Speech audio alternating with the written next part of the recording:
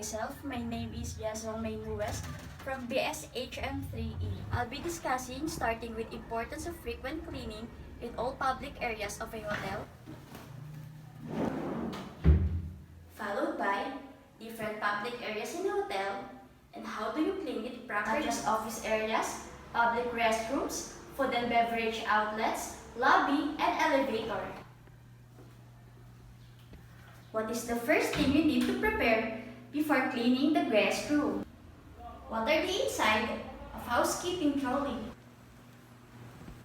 And what are the different guest room areas need to be cleaned as per company standard? And lastly, why do we need to wear a gloves when handling chemicals? Now, let's proceed to the importance of frequent cleaning in all public areas in a hotel. Public areas need to be frequently cleaned in order to promote positive image to the guest. Since guest room can harbor different bacteria and germs, it is critical to frequently clean and maintain clean and odor-free environment. Having clean hotel is one of the factors in gaining customer loyalty and positive reviews from them. Different public areas and how do you clean it properly? First is the office areas. Dust the furniture daily as well as television. Spot clean mirrors, vacuum floors and carpets daily. Deep clean floor and shampoo sofa once a month. Second, public restroom. Clean public restroom daily. Check if there is a guest. If none, enter.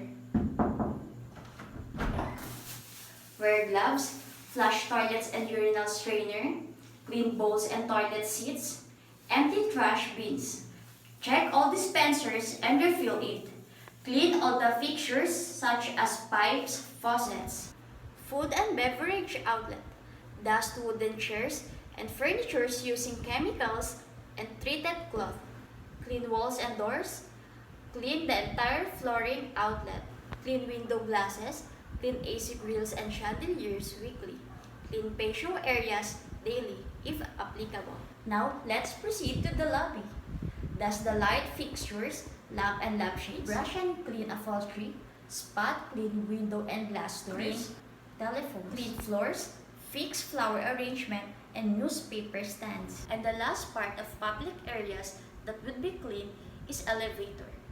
Clean all parts of interior elevator such as walls, control panel, ceilings, doors, with appropriate cleaning material. Spot clean glasses and mirrors.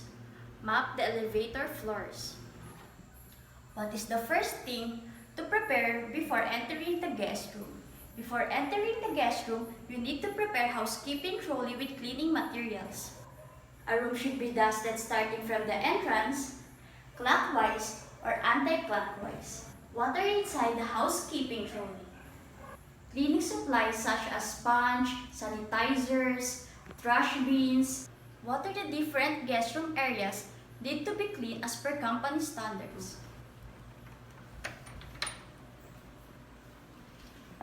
Doors and shelves.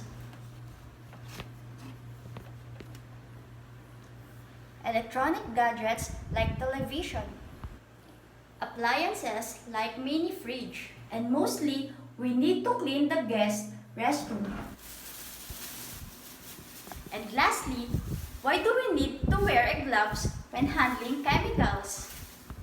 In order to minimize risk to health and safety. Wearing safety gloves will keep you safe from any hazards like cuts, burns, abrasion, crushing, or any biohazards. In conclusion, following a set of standards promotes consistency in cleaning all the public and other areas in the hotel. Every public areas in the hotel has its own cleaning procedures that should be followed in order to comply with the quality of service required. The procedure serves as manual that guides you on what to prepare and how to properly clean an area effectively. Clean public areas in a hotel is more pleasing and appealing to the guest. Remember, nothing inspires cleanliness more than an expected guest. Good luck to everyone who's aspiring to have their own career inside the hotel. Again, I'm Jezal West, BSHM3E from ISHRM.